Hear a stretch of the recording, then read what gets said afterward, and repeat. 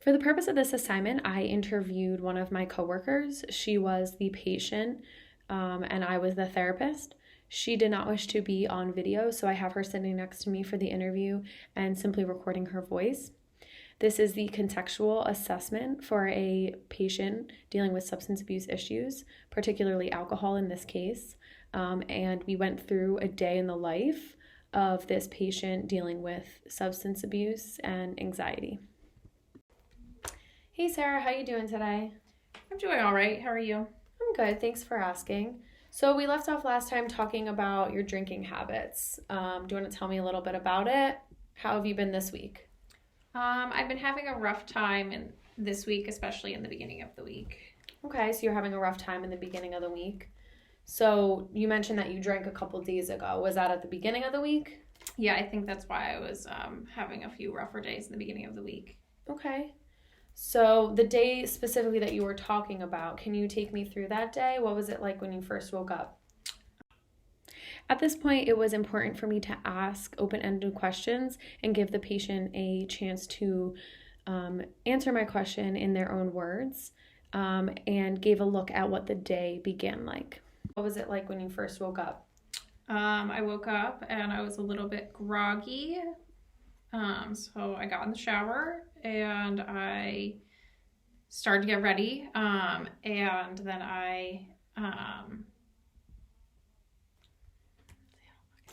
Okay, so you were feeling groggy. Had you drank the day before that? Yes, I was drinking the day before, and that's, I think, why I was feeling a little groggy. I was definitely going through a little bit of withdrawal. Okay. I'm thinking. Okay, so you were feeling physically bad. Yes, because I drank a few days before that. I wasn't feeling my best, but when I was drinking, I was feeling fine. So I'm thinking it has something to do with that. Okay. So on that day when you were feeling groggy, did you feel the urge to then drink? Since I wasn't feeling bad when I was drinking, I was thinking that I should just drink more and hope that my physical problems would go away, my grogginess and my tiredness and stuff like that. Okay, so you were thinking if you drank more, then you would feel better. Yes. Okay, so what did you do then? Did you then go get a drink? After that, I called my friend who I like to get drunk with. Okay, so you drink with this one friend? Yes, we usually drink together quite often. Okay, so you called this friend and they agreed to go drinking with you? Yes, we went to a local bar that we sometimes go to. Okay. So how were you feeling when you agreed to drink with her? At this point, I asked the patient about their feelings towards using. The patient expressed that she had an opportunity to go and drink with her friend. So I thought it was important to ask what feelings were behind this, as this seemed like a cue to use. So how were you feeling when you agreed to drink with her? Were you excited that you were going to get to drink again? What were you feeling? I was feeling a little bit anxious, actually. I'm usually anxious before I start drinking, which is why I start drinking usually. Okay, so you feel anxious and then you turn to drinking. Is that right? Yes. Okay. What sorts of things make you feel anxious? I think mostly it's financial burden that makes me the most anxious currently. Okay. So you're having some financial hardships right now? Yes. Okay. So you usually then turn to go get a drink and that kind of makes you feel better? Yes, I usually kind of forget about it. Okay, so bringing you back to that day, you were drinking out at the bar. Did you stay at the bar all day? What was that like? We didn't stay at the bar all day because I don't really like being out and about for too long. Like I get a little anxious in the social situations. Also, drinking at the bar is a little bit more expensive. Mm-hmm. And once again, like we're having a little financial issues, so. Right. Okay. So you wanted to leave the bar because you were feeling anxious around other people and you didn't really have the money to keep drinking out, right? Yes. Okay. So where did you go once you left the bar then? We went home after that because I knew that I had alcohol at my house that I could be drinking. Okay. And what types of things do you drink? I usually drink red wine or vodka. Okay. So on this particular day, how much did you drink, if you can remember? I think that we drank a few beers at the bar, and then when we got home, I think we had a bottle or two of wine and maybe a few shots. Okay. Is that typical for you? Yes. Okay. So you mentioned that you were having a little bit of a financial hardship. How are you affording to buy the wine and vodka that you mentioned? At this point, it was important to ask the patient how they are affording their drinking habits. A financial reason was one of the negative consequences that would hopefully motivate the patient towards recovery. So I wanted to gain an understanding of what the financial burden that she mentioned and how that was affecting her behaviors. I do have a part-time job. It is minimum wage, so it doesn't pay too much, and I only work 2 or 3 days a week, so it's not really a lot. But I have that job so I can afford those things. Okay.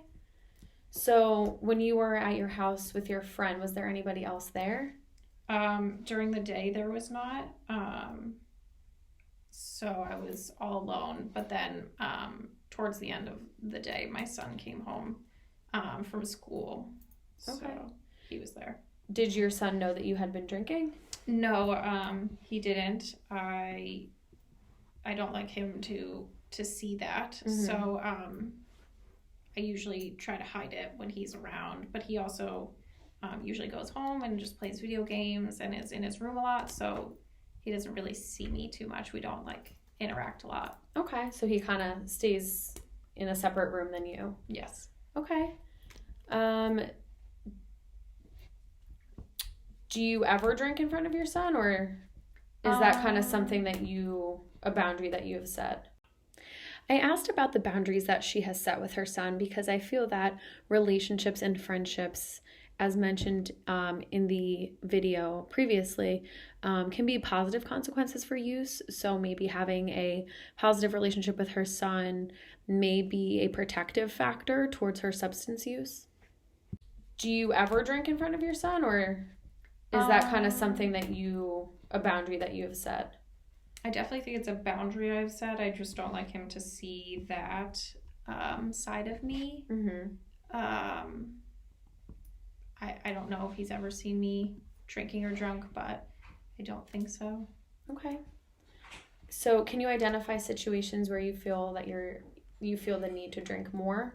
I know you mentioned when you're feeling anxious, but is there any certain days of the week or anything like that? Usually the days that I am not working and I have nothing to do, when I'm just kind of hanging out by myself, those are the days that I feel the most anxious, just because it's the most readily available and I can just turn to it whenever I need it.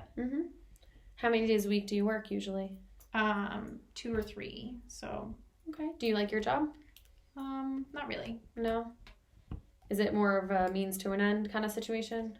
Yes, I really only have it to afford my drinking and a few other things. Okay. Can you identify any coping skills that you have right now aside from drinking that helps you with the anxiety around the financial situation? Do you have any supports that you can talk to? My husband, I guess, but he works 6 days a week and he is very, very busy, and when he comes home we usually just eat dinner and go right to bed, so not really don't really have the chance to talk to him as much as I'd like. Okay. Does he ever drink with you, or not usually, because he usually is at work and he has to be able to get up and do whatever he needs to do, so not usually. He has a few cocktails every once in a while, but okay. Is there ever a time where the financial hardship gets in the way of you drinking? Like, for instance, you maybe don't drink some days because you can't afford it, or do you always find a way? Some days I call like a friend. I have a few friends who like to drink with me, and sometimes we drink, and when I call them, they'll just bring over alcohol, so that's sometimes nice because I don't have to pay for it. Okay. Is that similar to the situation about this day that we were talking about, there where your friend came over? Yes. Okay, so they brought you something to drink. Yes. Okay.